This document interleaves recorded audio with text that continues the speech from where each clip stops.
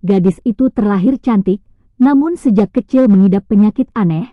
Setiap kali disentuh pria, pasti akan membawa sial. Hari itu suami sepupu mabuk, dan dia mendekatinya. Berniat berbuat jahat, teman di sampingnya langsung terkejut, segera menariknya dan memperingatkan, kalau menyentuh gadis itu akan sial. Namun pria itu tak peduli, langsung menepis tangan temannya, dan mencoba menyentuh tangan gadis itu. Akibatnya ia kehilangan keseimbangan, dan menabrak tembok dengan keras. Gadis itu kaget tapi sebisanya. Lalu bergegas naik sepeda dan pergi.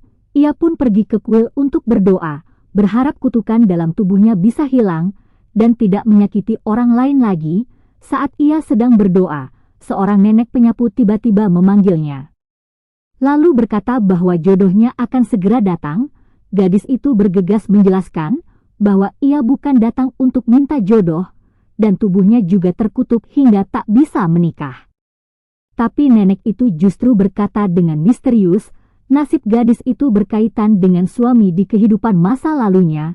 Kutukan itu berasal dari kehidupan sebelumnya, dan hanya bisa dihilangkan jika ia menemukan suaminya yang dulu seorang jenderal. Nenek itu lalu menunjukkan sebuah kotak tua, dan memutar alat ramalan jodoh. Gadis itu segera pergi dengan kesal, tanpa diduga. Tak lama setelah ia pergi, seorang pria tampan datang ke kuil. Dialah jenderal di kehidupan masa lalunya. Juga suami dari gadis itu di masa lalu. Pria itu datang untuk mencari gadis tersebut, dan melihat nenek itu tersenyum penuh arti. Sementara itu di rumah, gadis itu dipaksa oleh tantanya untuk memasak.